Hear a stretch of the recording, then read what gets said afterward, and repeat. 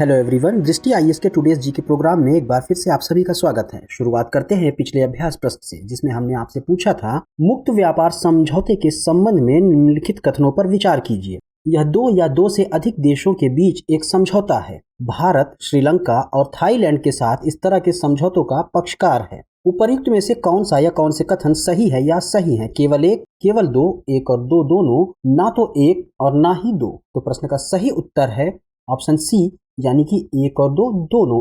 आप में से बहुत से विद्यार्थियों ने प्रश्न का सही जवाब दिया था। आइए एक्सप्लेन सेक्शन से थोड़ा सा इसके बारे में विस्तार से जानते हैं। हाल ही में केंद्रीय वित्त मंत्री ने कहा है कि यूनाइटेड किंगडम, यूरोपीय संघ और कनाडा के साथ मुक्त व्यापार समझौते पर बातचीत चल रही है। आपको बता दें कि मुक्त व्यापार समझौता या एफटीए दो या दो से अधिक देशों या व्यापारिक ब्लॉकों के बीच एक समझौता है, इसलिए कथन एक सही है। मुक्त व्यापार समझौते के तहत वस्तुओं एवं सेवाओं का अंतर्राष्ट्रीय व्यापार आसान हो जाता है, क्योंकि उसके लिए बहुत कम या न्यून सरकारी शुल्क, कोटा तथा सब्सिडी जैसे प्रावधान किए जाते हैं। यह आमतौर पर वस्तु जैसे कृषि या औद्योगिक उत्पाद या सेवाओं में व्यापार जैसे बैंकिंग, निर्माण, व्यापार आदि में व्यापार को कवर करते हैं। यह अन्य क्षेत्रों जैसे बौद्धिक संपदा अधिकार यानी आईपीआर, निवेश और प्रतिस्पर्धा नीति आदि को भी कवर कर सकते हैं। यह व्यापार संरक्षणवाद या आर्थिक अलगाववाद यानी इकोनॉमिक आइसोलेशनिज्म के विपरीत कार्य करते हैं।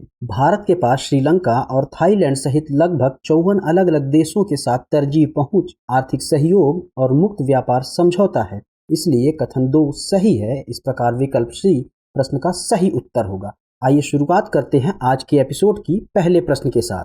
डॉक्टर भीमराव अंबेडकर के संबंध में निम्नलिखित कथनों पर विचार कीजिए। इन्होंने केवल दूसरे गोलमेज सम्मेलन में भाग लिया था।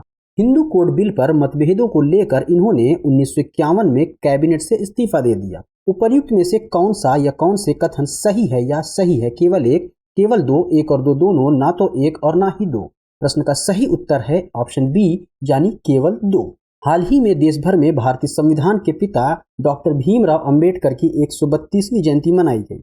आपको बता दें कि डॉक्टर भीमराव अंबेडकर एक समाज सुधारक, विधिवेत्ता, अर्थशास्त्री और लेखक थे। इनका जन्म 14 अप्रैल 1891 को मध्य प्रांत, अब मध्य प्रदेश में के महू में हुआ था। यह संविधान निर्माण के लिए गठित प्रारूप समिति के अध्यक्ष थे। यह एक प्रसिद्ध राजनेता भी थे, जिन्होंने दलितों और अन्य सामाजिक रूप से पिछड़े वर्गों के अधिकारों के लिए लड़ाई लड़ी। इन्होंने तीनों गोलमेज सम्मेलनों में भाग लिया था, इसलिए कथन एक सही नहीं है। यह भारत के पहले कानून मंत्री थे, लेकिन हिंदू कोड बिल पर मतभेदों को लेकर इन्होंने 1951 में कैबिनेट से इस्तीफा दे दिया, इसलिए कथन दो सही है। 6 दिसंबर 1956 को इनका निधन हो गया। इनकी स्मृति में 6 दिसंबर को महापरिनिर्वाण दिवस मनाया जाता है। इस प्रकार विकल्प बी सही उत्तर है।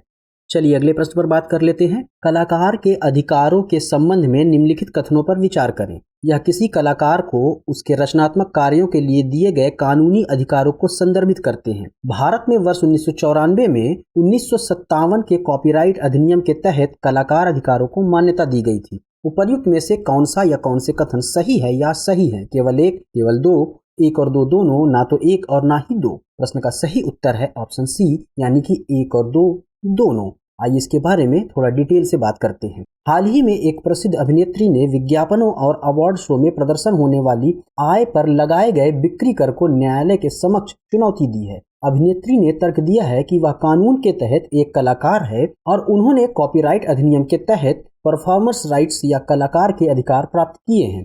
गौरतलब है कि कलाकार के अधिकार अभिनेताओं, गायकों, संगीतकारों, नर्तकियों और अन्य कलाकारों को उनके रचनात्मक कार्यों के लिए दिए गए कानूनी अधिकारों को संदर्भित करते हैं, इसलिए कथन एक सही है। इन अधिकारों के संरक्षण की दिशा में पहला महत्वपूर्ण विकास 1961 में रोम कन्वेंशन को अपनाने के साथ हुआ। भारत में वर्ष 1994 में 1957 के कॉपीराइट अधिनियम के तहत इन अधिकारों को मान्यता दी गई थी, इसलिए कथन दो सही है। ये अधिकार प्रदर्शन के 50 वर्ष तक कलाकार के अधिकारों की रक्षा करते हैं। इस प्रकार विकल्प सी सही है। अगला प्रश्न है, इंटरनेशनल सीबेट अथॉरिटी यानी आईएसए के संदर्भ में निम्नलिखित कथनों पर विचार कीजिए। यह एक स्वायत्त अंतर सरकारी निकाय है। इसका गठन 16 नवंबर 1994 को किया गया था। उपर्युक्त में से कौन सा या कौन से कथन सही नहीं है या नहीं है? केवल एक, केवल दो, एक और दो दोनों, ना तो एक और ना ही दो।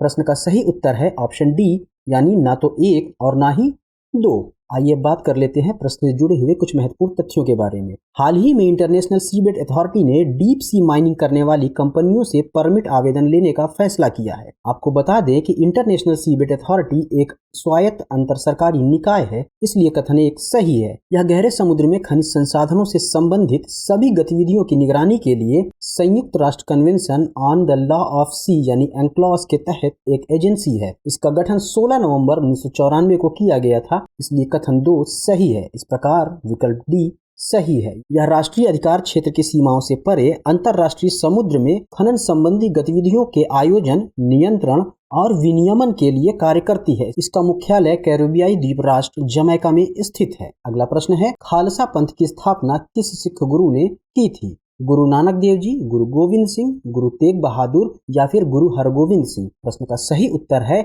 ऑप्शन बी, गुरु हरगोविंद सिंह। आइए अब बात कर लेते हैं खालसा पंथ से जुड़ी कुछ महत्वपूर्ण बातों के बारे में। हाल ही में दुनिया भर के सिख धर्म के अनुयायियों ने खालसा पंथ के स्थापना दिवस मनाया है। बता दें कि प्रत्येक वर्ष 13 अप्रैल को खालसा पंथ का स्थापना दिवस मनाया जाता है। खालसा पंथ सिख धर्म का पालन करने वाले समुदाय और सिखों के एक विशिष्ट समुदाय को संदर्भित करता है। इसकी स्थापना वर्ष 1699 में सिखों के 10वें गुरु गुरु गोविंद सिंह ने की थी, इसलिए विकल्प बी सही है। खालसा की स्थापना ने सिख इतिहास में एक नए युग की शुरुआत की। इस स्थापना का उद्देश्य सभी धर्मों और मानवता की रक्षा करना था। अगला प्रश्न है, संयुक्त राष्ट्र समुद्री कानून संधि यानी अंक्लॉस के संबंध में निम्नलिखित कथनों पर विचार कीजिए। इसे वर्ष 1980 में अपनाया गया था। भारत ने इसे वर्ष 1995 में अपनाया था। उपर्युक्त में से कौन सा या कौन से कथन सही है या सही है? केवल एक, केवल दो, एक और दो दोनों, ना तो एक और ना ही दो? प्रश्न का सही उत्तर है ऑप्शन सी यानी कि एक और दो दोनों ही सही हैं। आइए इसके बारे में थोड़ा डिटेल से जानते हैं। हाल ही में भारत और वियतनाम ने संयुक्त राष्ट्र समुद्री कानून संधि के महत्व पर जोर दिया और अंतर्राष्ट्रीय कानून के अनुसार किसी भी विवाद को हल करने की अपनी प्रतिबद्धता दोहराई है। बता दें कि संयुक्त राष्ट्र समुद्र कानूनी संधि यानी अंक्लॉस एक अंतर्राष्ट्रीय समझौता है। यह विश्व के सागरों और महासागरों पर देशों के अधिकार एवं जिम्मेदारियों का निर्धारण करता है तथा समुद्री साधनों के प्रयोग के लिए नियमों की स्थापना करता है। इसे वर्ष 1982 में अपनाया गया था, इसलिए कथन एक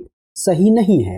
लेकिन भारत ने इसे वर्ष 1995 में अपनाया था, इसलिए कथन 2 सही है। इस प्रकार विकल्प भी सही है। इसके तहत समुद्र के संसाधनों को 3 क्षेत्रों में वर्गीकृत किया गया है: आंतरिक जल, प्रादेशिक सागर और अनन्य आर्थिक क्षेत्र। आंतरिक जल यह बेसलाइन के किनारे पर होता है, जिसमें खाड़ी और छोटे सागर शामिल हैं। प्रादेशिक सागर की अगर बात करें तो यह बेस लाइन से 12 समुद्री मील की दूरी तक माना जाता है। इसमें हवाई क्षेत्र, समुद्र और सी बेड पर तटीय देशों की संप्रभुता होती है, जिसमें सभी जीवित और गैर जीवित संसाधन शामिल हैं। अनन्य आर्थिक क्षेत्र की अगर बात करें तो यह बेस लाइन से 200 समुद्री मील की दूरी तक फैला होता है। इसमें तटीय देशों को सभी प्राकृतिक संसाधनों की खोज, दोहन, संरक्षण और प्रबंधन का संप्रभु अधिकार प्राप्त होता है। चलिए अगले प्रश्न को देखते हैं।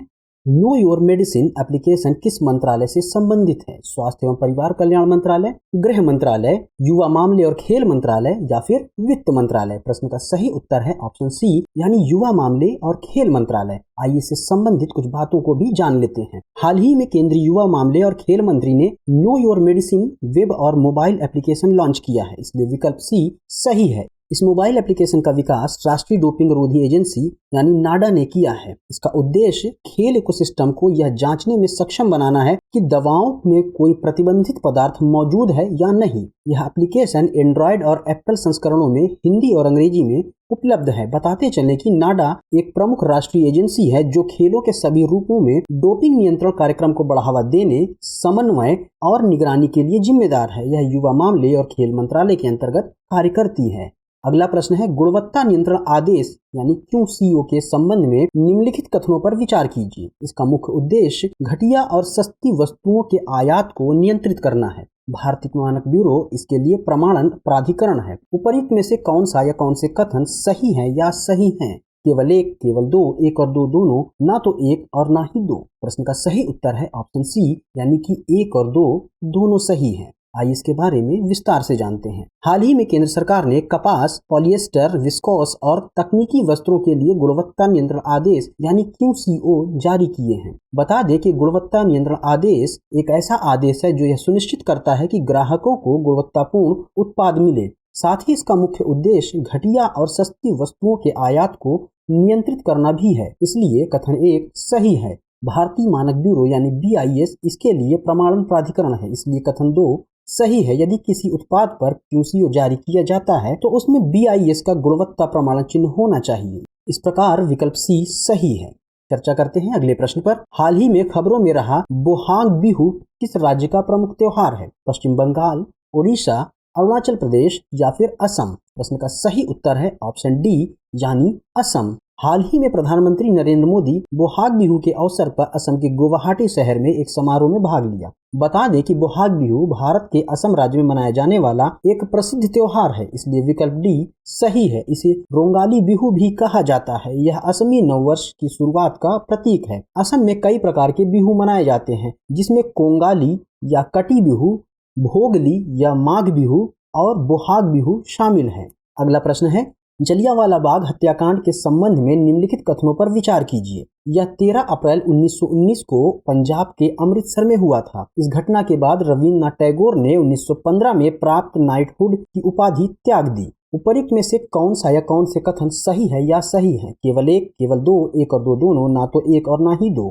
प्रश्न का सही उत्तर है ऑप्शन सी यानी कि एक और दो दोनों कथन सही है। बात करते हैं जलियांवाला बाग हत्याकांड से जुड़े कुछ महत्वपूर्ण तथ्यों के बारे में। बीते 13 अप्रैल को जलियांवाला बाग नरसंहार की घटना के 104 साल पूरे हो गए। 13 अप्रैल 1919 को जलियांवाला बाग में एक हत्याकांड हुआ था, जिसे हम जलियांवाला बाग नरसंहार के नाम से जानते हैं। जलियांवाला बाग पंजाब के अमृतसर में स्थित है, इसलिए कथन 1 सही है। यह नरसंहार तत्कालीन Anglo Indian brigadier Reginald Edward Harry Dyer के आदेश पर हुआ था। इस नरसंहार में रॉलेट एक्ट 1919 के खिलाफ शांतिपूर्वक विरोध कर रहे लोगों पर गोलियां चलाई गई, जिसमें 1000 से अधिक लोगों की मृत्यु हो गई। इस घटना के बाद बंगाली कवि और नोबेल पुरस्कार विजेता रविन्द्रनाथ टैगोर ने 1915 में प्राप्त नाइटहुड की उपाधि त्याग दी, इसलिए कथन 2 सही है। इस प्रकार विकल्प सी प्रश्न का सही उत्तर होगा। और अब बात कर लेते हैं आज के एपिसोड के अभ्यास प्रश्न पर। हीमोफीलिया के संबंध में निम्नलिखित कथनों पर विचार कीजिए। यह एक प्रकार का ब्लीडिंग डिसऑर्डर यानी कि रक्तस्राव विकार है।